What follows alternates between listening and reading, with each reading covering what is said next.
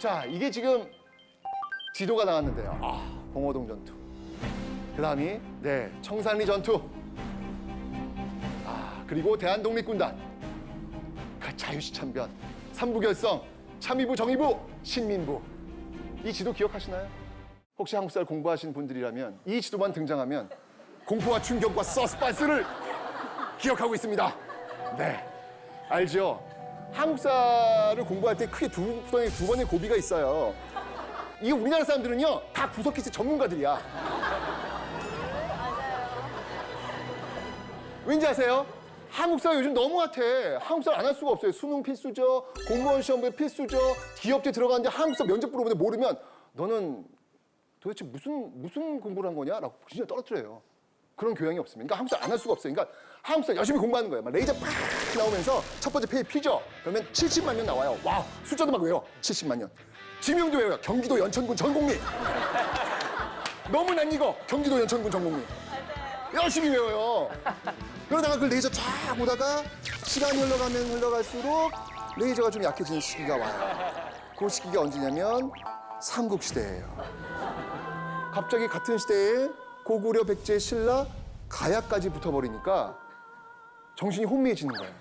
정신이 혼미해지면서 레이저가 좀 약해지면서 안 되겠다, 야, 다음에 하자요 하고 이렇게 덮죠. 시간이 흘러요. 안 돼. 한국사를 안 할 수가 없는 거예요.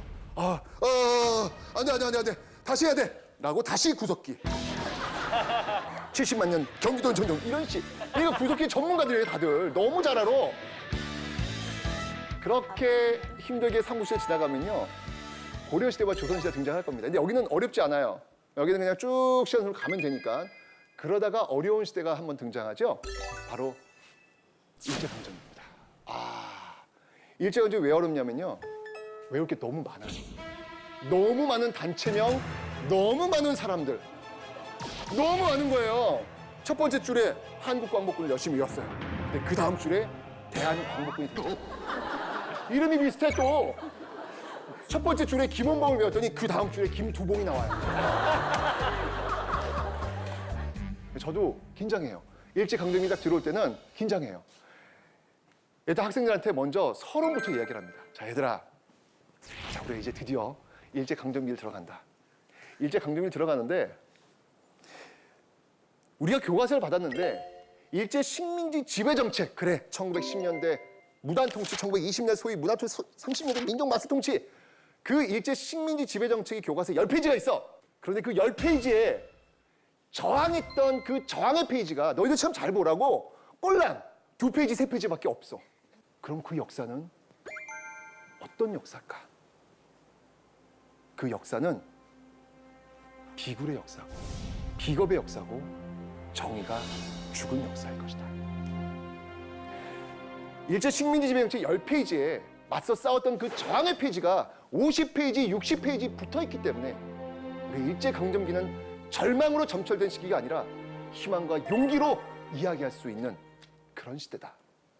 이렇게 많은 단체를 만들었고 이렇게 많은 사람들이 활동했던 그들을 한번 만나보자. 왜 그렇게 많은 단체를 만들었는지, 왜 그렇게 많은 활동을 했는지 한번 만나보자.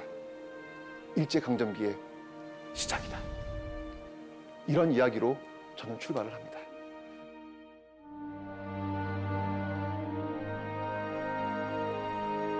여기 화살표가 지금 독립군들의 이동 경로예요. 이동 경로인데 이 이동 경로가 거의 1000여 킬로 이상 됩니다. 엄청난 곳을 지금 이동을 한 거예요. 이 사람들이 걸어서 갔을까요? 뭔가를 타고 갔을까요? 당연히 걸어갔습니다. 일본이 눈을 피하기 위해서 당연히 걸어갔습니다. 이 사람들이 밤에 갔을까요? 낮에 갔을까요? 밤에 갔겠죠. 이 사람들이 산을 타고 갔을까요? 평야로 갔을까요? 산을 타고 갔을 거예요. 여기가요, 엄청나게 추운 만주 그 겨울 칼바람이 불고 있는 곳이에요. 그냥 집에 있으면 편하게 따뜻한 방구석에 앉아가지고 행복한 시간을 보낼 수 있는 사람들이었습니다. 그런데 왜 이들은 이 추운 만주벌판을 걸어서 산을 타고 밤에 이동을 했던 것일까요? 잠깐만 멈추어서 그들에게 그 질문을 던지면 그들은 비로소 이야기할 겁니다. 우리에겐 꿈이 있다고. 우리 뒤에 오는 사람들한테만큼은 식민지 조국의 백성으로 살지 않게 하겠노라는 그 꿈 하나로 아무도 밟지 않은 이 길을 나는 가고 있다. 그래서 여러분들은 이 지도를 볼 때 화살표를 보시면 안 돼요. 그 화살표 속에 담겨져 있는 그 수많은 사람들의 발자국을 보실 수 있어야 합니다. 그 발자국을 통해서 그들이 어떤 꿈을 꾸었는지를 느끼실 수 있어야 됩니다. 일제강점기를 공부하는 사람들의 마음가짐이 이래야 되지 않을까라는 생각이 드네요. 그런데요, 이런 일이 있었어요. 지금은 한국사가 필수입니다. 그죠? 근데 몇 년 전만 해도 한국사는 선택이었어요. 그런데 선택이었는데 서울대만 필수로 해놨어요. 물론 뭐 다른 몇 개 대학이 있었지만 상징적으로 서울대가 지금 필수였습니다. 그러니까 수험생들이 한국사를 선택을 안 해요. 네, 왜냐면 이게 상대평가하고 등급을 맺는 건데 내가 서울대 시다바리가 내가 왜 걔네들 밑을 깔아줄 이유가 없지? 라고 해서 한국 선택을 안 하는 거예요. 그러니까 60만 수험생 중에서 한 3만 명 정도밖에 선택을 안 하는 것이죠. 그러니까 뭐 서울대, 연대, 고대 뭐 요 정도를 그 바라보면서 가는 친구들만. 근데 어쨌건 간에 한국사를 선택한 친구들은요, 굉장히 우수한 집단이에요. 문제 출제하는 입장에서는 굉장히 난감합니다. 왜일까요? 이게 지금 상대평가 등급을 1등부터 9등 쭉 줄을 서야 되는데 문제를 어렵게 내도 다 맞추는 거예요. 이상한 집단이야. 분명히 어렵게 냈는데. 그러니까 일단 더 문제를 조이죠. 이런 문제가 하나 나왔었어요. 어떤 문제가 나왔냐면 의열단을 고르는 문제가 나왔어요. 의열단 요즘 뭐 영화 많이 나왔었죠? 암살. 암살. 거기 보면 왜 그 김원봉이 왜 나 밀양 사람 김원봉이요. 뭐 이런 대사 나옵니다. 예. 김원봉. 그러니까 의열단을 문제를 물 때 제일 쉬운 난이도 문제는 뭐였냐면요. 김원봉을 묻는 문제예요. 예. 김원봉 의열단 바로 연결되니까 조금 난이도를 올리려면 김원봉이 아니라 그 의열단 원들 중에서 김상호, 김익상, 나석주. 살짝 어렵죠? 네, 살짝 어렵죠? 네, 이런 인물들을 묻는 거예요. 그런데 고3 시험 보는 문제에 정답지를 어떻게 냈냐면 김지섭을 고르는 문제를 냈어요.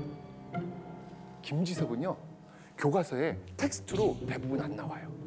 어디 나오냐면 교과서에 보면 이렇게 지도가 있어요. 지도를 이렇게 돋보기를 이렇게 들여다보면 의열단 의거 해가지고 그것도 한국도 아니야. 일본 쪽에 김지섭 의거가 아주 작은 글씨로 나와 있어요. 교과서 있다. 있는 거 냈다. 네, 이렇게 가는 거죠. 아이고, 역시나 마찬가지로 아주 적중. 다 틀리는 거야. 다 틀리는 거야. 너무 어려우니까 김지섭 어떻게 알아요? 다 틀리는 거야. 근데 어느 한 학생이 갑자기 시험지 쭉 찍는 거예요. 시험 끝나고 나서. 그리고 막 고개 굽고 하더니 그 뒤에 가면 이제 쓰레기통 있잖아요. 교실 뒤에. 하더니 딱! 쓰레기통 버리면서 뒷면을 발로 빵 차면서요. 나가면서 아이 김지섭 이 띠띠띠 육두문자를 던지고 나간 거예요.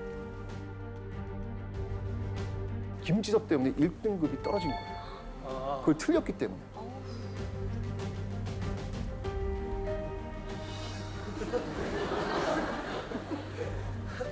아니 김지섭이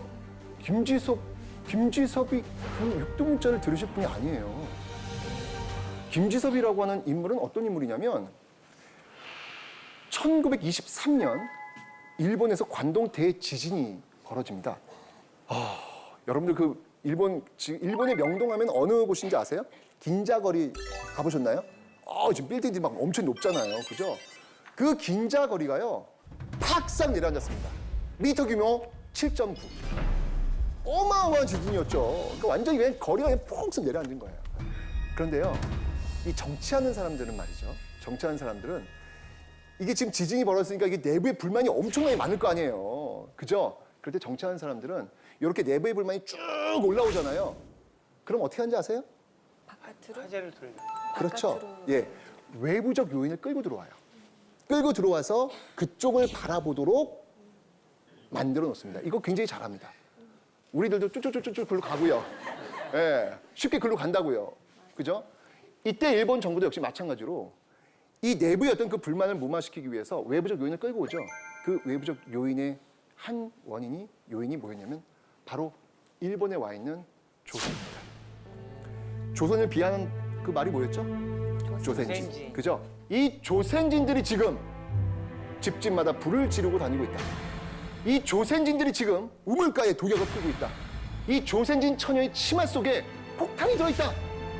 라고 하는 유언비어를 퍼뜨리는 거예요. 근데 한번 생각해 보세요. 조선인 처녀의 치마 속에 폭탄이 들어있다?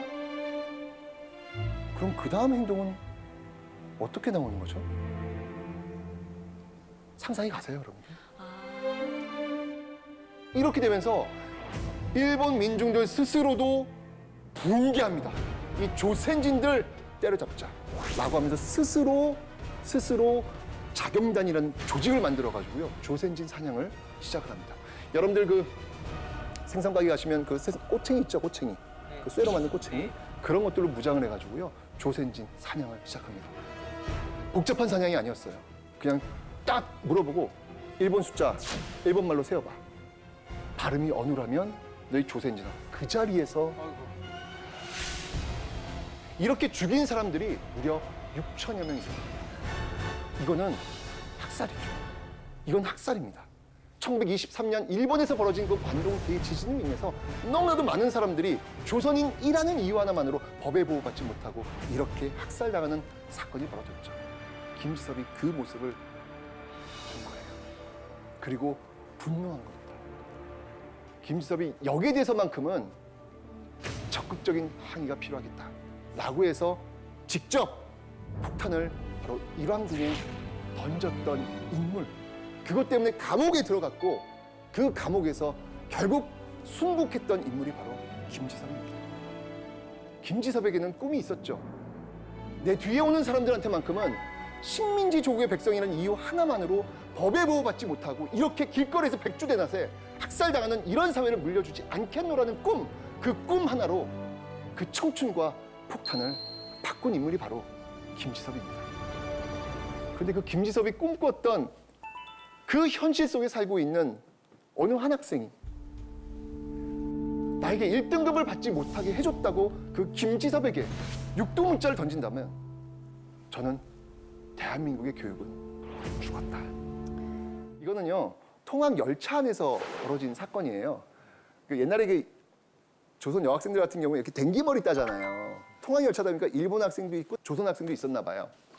일본 학생들이 그 우리 조선인 여학생의 댕기머리를 들고 흔들면서 이렇게 장난을 쳤나 봐요. 그 모습을 지켜본 조선 남학생들 분노했습니다. 결국은 여기 내려가지고요, 집단 싸움이 벌어지는 거예요. 네, 이 조선 남학생, 조선 남학생들 덩치가 좀 있잖아요, 그죠? 벌어지는 거예요. 근데 문제가 뭐냐면 이걸 처리하는 과정에서 이 일본 경찰이요, 일본 학생들은 막 훈방해주고요, 조선 학생들은 아주 강하게 벌어주는 거예요. 이 소식이 딱 전국에 알려지면서 전국에 있는 학생들이 다 들고 일어나는 거예요. 동맹과 휴학을 하면서 정말 그 일제의 타도를 외치는 그런 싸움이 벌어지게 되는 것이죠. 이게 바로 광주 학생 항일운동입니다. 1919년에 있었던 3.1운동 이후에 있었던 가장 거족적인 운동이 바로 광주 학생 항일운동인 것이죠. 광주 학생 항일운동이 일어난 날을 기념하기 위해서 지금 학생 독립운동 기념일이라고 있습니다. 예전에는 이 날을 학생의 날이라고 불렀어요. 혹시 학생의 날이 몇 월 며칠인지 아시는 분? 자, 한번 손만 한번 들어보세요. 학생의 날이 몇 월 며칠인지 아시는 분? 딱 한 분밖에 안 계세요? 대표를 해서 답을 말씀해 주시죠. 몇 월 며칠입니까? 11월 3일. 박수 한번 주세요. 와우. 아니 근데 11월 3일인지 어떻게 하셨어요? 원래 어린이날에는 어린이날이라 선물을 받는데 이제 나이가 올라가서 학생이 지나게 되면 선물을 못 받잖아요. 그래서 학생의 날이 있더라고요. 그래서 이제 부모님한테 이날 학생의 날이니까 나에게 선물을 달라. 이야, 와, 이야, 어느 한 학생이 저한테 와서 지금 똑같은 그런 얘기를 지금 하는 거예요. 선생님, 오늘 학생의 날이에요. 11월 3일. 초코파이. 초코파이 주세요. 이제 그렇게 얘기를 하는 거예요. 이렇게 앉혀놓고 앉아봐. 제가 이야기를 시작했어요. 좀 더 앉아봐라. 앉아봐라. 그래. 5월 5일은 소파 방정환 선생님께서 만들었던 어린이날이야. 그날은 어른들이 어린이를 위해서 무언가를 해줄 수 있는 그런 날이지. 그래. 너 어린이날 잘 보냈지? 자, 그런데 너 지금 나한테 지금 초코파이 달라고 했는데 학생의 날은 그런 날은 아니다. 학생의 날은 바로 그 일제 그 혹독한 일제 식민지 시기에 아무도 이야기하지 않는 그 사회에 아니오라고 이야기했던 학생들, 그 사회를 위해서 그 일제 강점기에 내가 무엇을 할 것인지 고민하고 행동했던 그 학생들을 기념하기 위한 날이다. 오늘은 너가 나한테 초코파이를 달라고 하는 날이 아니라 너가 우리 사회를 위해서 무엇을 할 것인지를 고민하는 날이야. 알았어?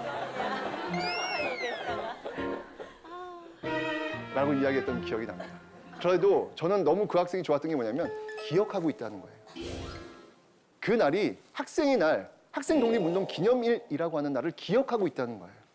저는 오늘 이 강의를 통해 가지고 전국에 있는 모든 학교가 전 11월 3일만 되면 작게나마 기념식 정도는 해야 되지 않을까라는 어떤 그런 생각이 듭니다. 왜냐면요, 일제강점기의 학생이라는 존재는요, 대단한 존재였습니다.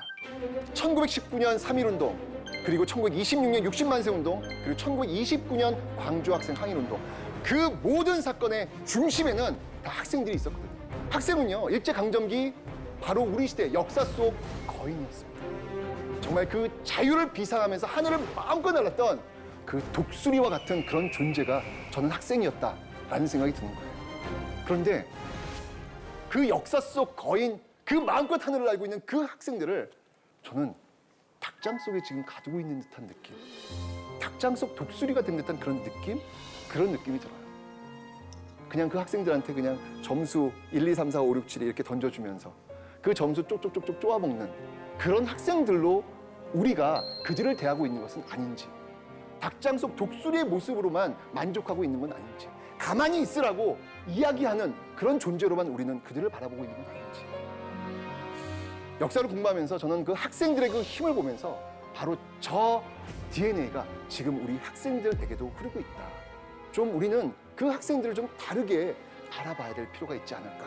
그리고 학생들 스스로도 내가 바로 그 역사 속 거인의 그 DNA를 가지고 있는 존재라는 사실, 그것을 기억하고 있어야 되지 않을까라는 그런 생각이 1920년대 바로 이 학생들의 항일운동을 이야기하면서 기억해야 될 부분이 아닌가라는 생각이 듭니다.